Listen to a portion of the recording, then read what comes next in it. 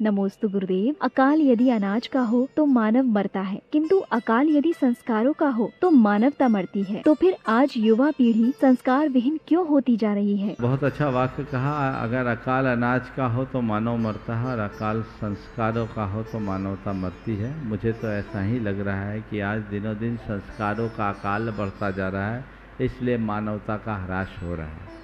हमें ये पता है जब भी कभी अकाल आता है तो हम ऐसा प्रबंध करते हैं ताकि जहाँ अकाल है वहाँ किसी प्रकार से पानी पहुँचे और कुछ ही अंशों में सही फसल को सुरक्षित रखा जाए, अनाज को उत्पन्न किया जाए। इसी तरह आज अगर संस्कारों का अकाल देखने में आ रहा है तो हमें कुछ नहीं करना है। वहाँ जहाँ संस्कार के अकाल दिख रहा है वहाँ श्रद्धा की धार बहा देनी। श्रद्धा की धारा बह जाए तो संस्कार का कभी अकाल नहीं होगा। संस्कार की पौध लहलहाती रहेगी। विडंबना यह है कि लोगों की श्रद्धा आजकल डगमगाने लगी है, आस्थाएं बदल गई है, लोग पश्चिमी जीवन मूल्यों को महत्व देने लगे हैं। हमें चाहिए कि हम जीवन की सच्चाई को समझकर आगे बढ़ें और अपने जीवन की दिशा को सुनिश्चित करें।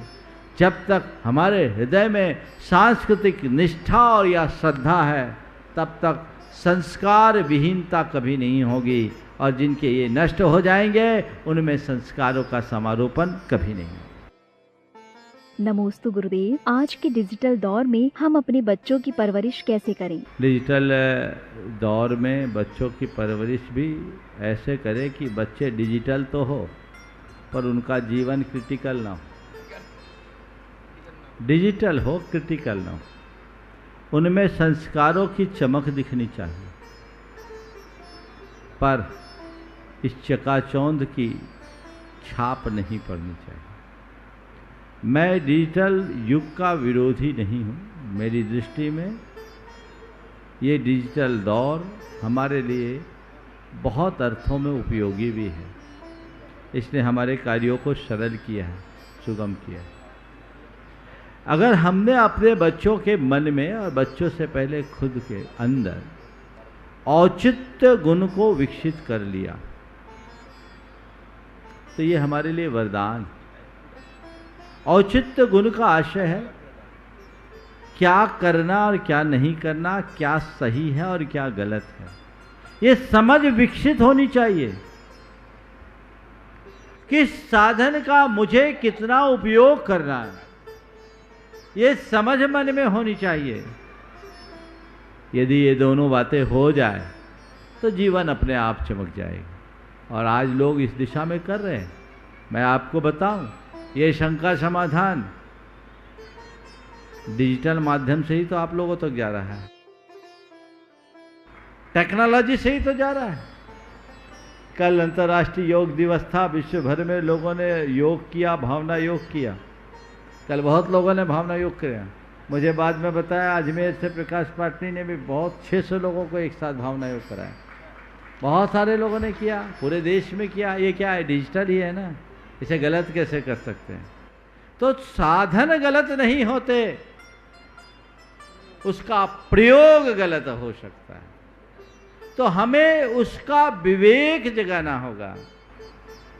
किस साधन का मुझे कितना और कैसा प्रयोग करना है, ये विवेक जागृत हो जाए तो फिर ज़्यादा कुछ कहने और करने की न तो आवश्यकता होगी न अपेक्षा। नमोस्तु गुरुदेव। यदि मंदिर जी में कोई गलत क्रियाएं करता है तो उस क्रिया को सही करवाने के उद्देश्य से हम उस बात की चर्चा करते हैं, लेकिन कई बार वह चर्चा बहस में बदल जाती है। तो क्या ऐसा करने से हमें पाप का बंध होगा? देखिए, अगर मंदिर में कोई गलत होता है तो उसके प्रति जागरूकता तो होनी चाहिए। गलत न हो इसकी सावधानी भी होनी चाहिए, पर उसका प्रतिवाद सही तरीके से होना चाहिए, गलत तरीके से नहीं। सबसे पहले पूजा पाठ की क्रिया के दौरान किसी को रोकना टोकना उचित नहीं। उस मूवमेंट में आप रोकते हो तो सामने वाले का भी मन खराब होता है, खुद का भी।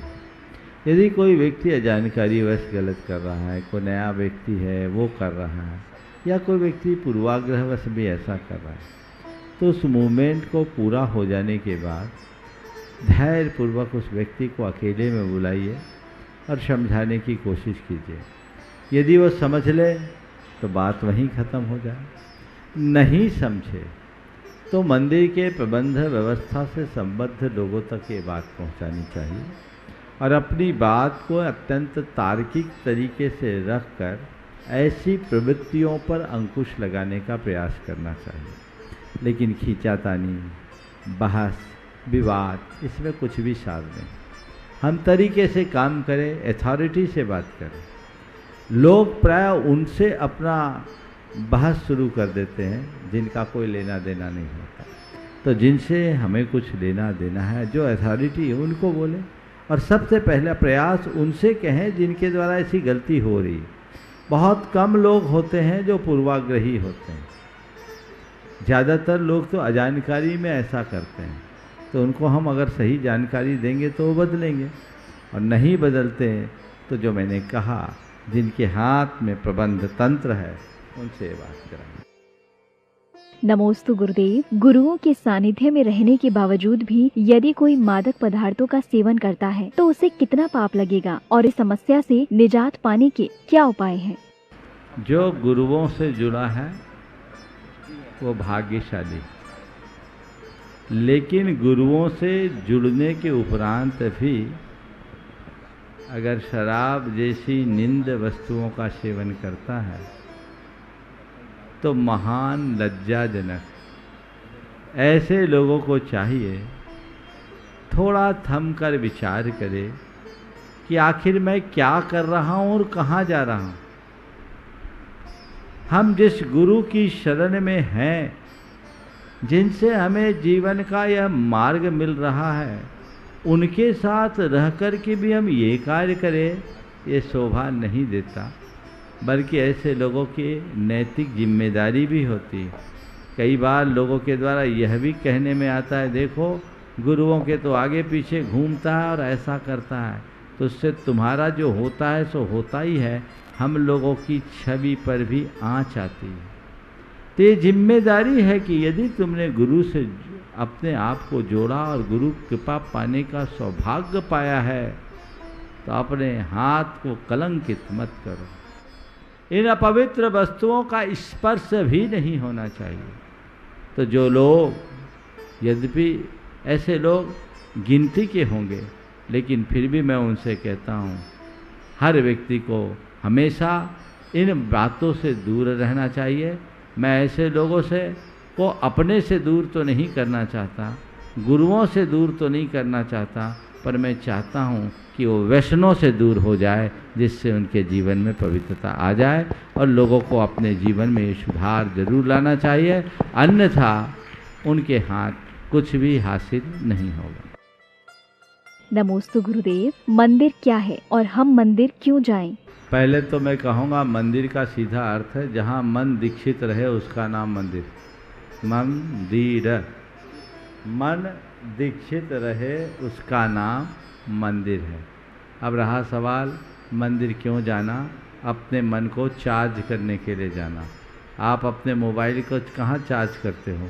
पावर पॉइंट में। तो मोबाइल को चार्ज करने के लिए आप पावर पॉइंट की ओर जाते हो। मन को चार्ज करने के लिए इस लोक के सबसे बड़े पावर सेंटर भगवान परमात्मा की शरण में जाओ। मन ऊर्जा से भरपूर होगा और जीवन का पथ मिलेगा।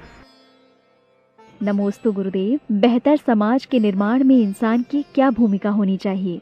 बेहतर समाज के निर्माण में इंसान की सबसे बड़ी भूमिका एक अच्छे इंसान बनने की होनी चाहिए। अगर व्यक्ति अच्छा बनेगा तो समाज अच्छा बनेगा। व्यक्ति से ही समाज की संरचना होती है। आज एक बड़ी विडंबना है कि लोग समाज में बदलाव की अपेक्षा तो रखते हैं, पर खुद को बदलने की कोई कोशिश नहीं करते। जब तक हम नहीं बदलेंगे, जग कैसे बदलेगा? तो हम चाहते हैं कि एक बेहतर समाज बने, तो हम पहले खुद को बेहतर इंसान बनाने की कोशिश करें।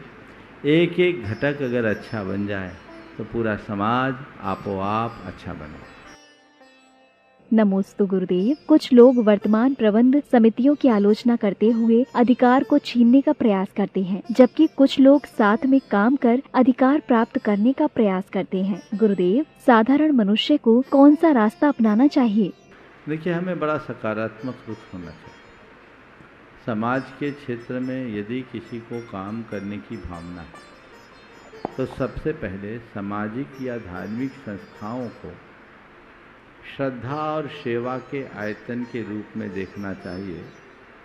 उसे सत्ता का अधिष्ठान नहीं समझना चाहिए। और जब व्यक्ति श्रद्धा और सेवा के भाव से ऐसे संस्थानों से जुड़ेगा तो उसके आचार व्यवहार में, उसके कर्म में स्वाभाविक पवित्रता हो और यही पवित्रता उनके जीवन का पथ प्रशस्त करे। ऐसे में किसी का हक छीनने की जगह अपनी प्रासंगिकता को प्रकट करना चाहिए। हमें इस तरह का कार्य करना चाहिए कि हमें दायित्व तो मांगना न पड़े, लोग खुद हमें बुलाकर जिम्मेदारियां सौंपे और हम उस पर खरे उतरे।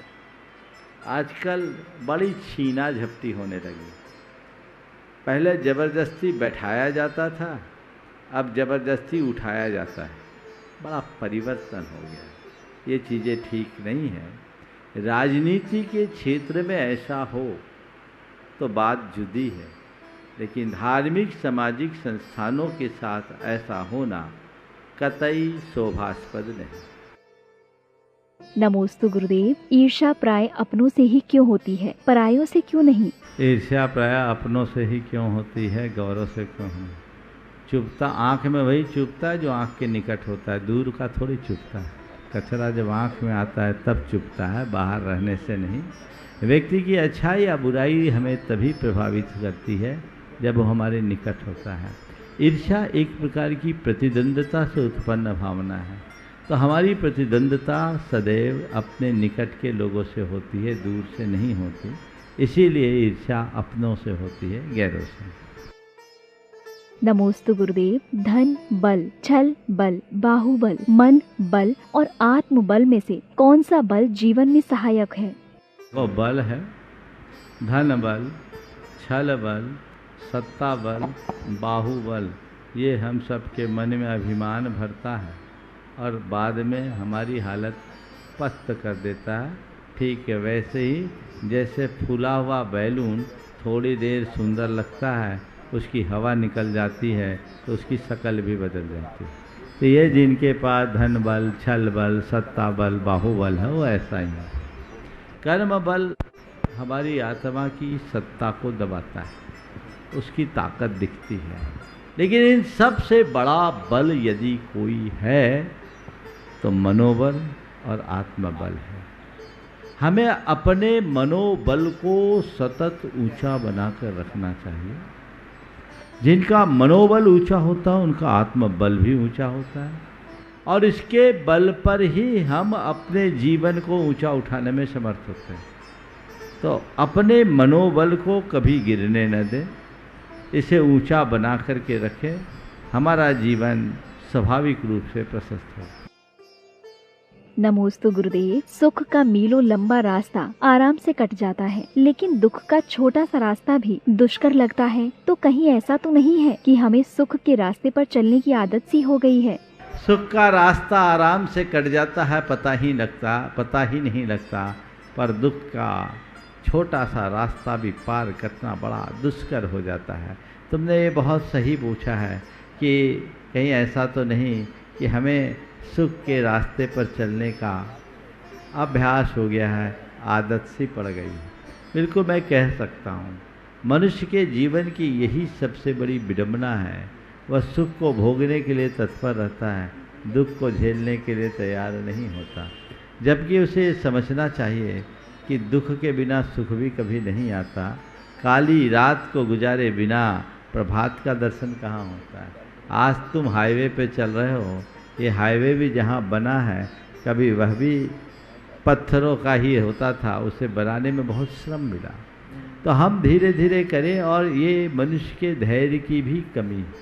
सबसे बड़ी बुरी बात तो ये है कि जब उसके सामने दुख आता है तो अपने सुखों को भी भूल जाता है। और जब दुख आता है तो अपने सुखों को भी भूल जाता है। तो ये मनुष्य को चाहिए कि अपने सुखों की स्मृतियों को अपने साथ इस कदर रखे कि जब कभी दुख के क्षण आए उनके सहारे अपने रास्ते को पार कर ले, इस ढंग से कि दुख का एहसास ही ना हो। नमोस्तु गुरुदेव। वर्तमान में जैन धर्म का पालन करते हुए हमारा क्षत्रिय धर्म क्या होना चाहिए और क्या घर में शस्त्र रखना उचित है? देखिए, जैन होने का मतलब दब्बू और कायर होना नहीं है, अहिंसक और वीर होना। अहिंसक होने का आशय किसी की हिंसा नहीं करना, लेकिन हर किसी को हिंसा करने का अवसर भी नहीं देना।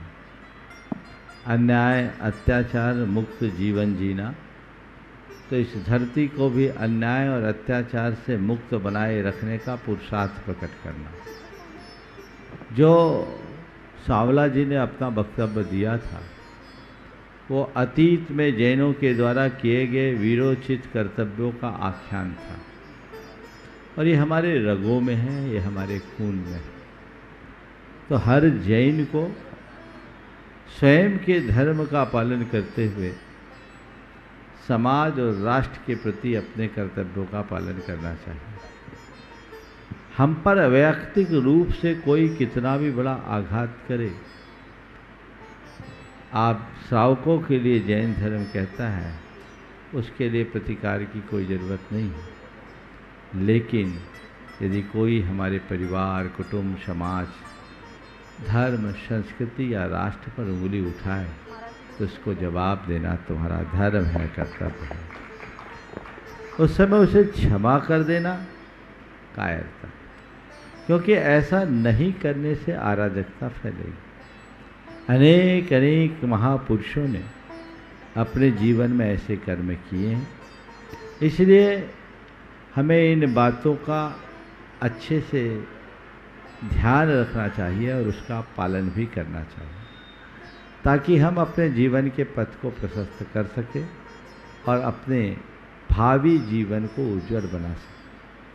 शस्त्र रखने का जहाँ तक सवाल है, आत्मरक्षा के लिए अगर शस्त्र रखा जाए तो बुरा नहीं है, पर शस्त्र का प्रयोग विवेक के साथ होना चाहिए। बिना विवेक के यदि प्रयोग करते हैं तो कई बार वही शस्त्र आत्म विघातक भी बन जाते हैं। इस पर ध्यान रखें।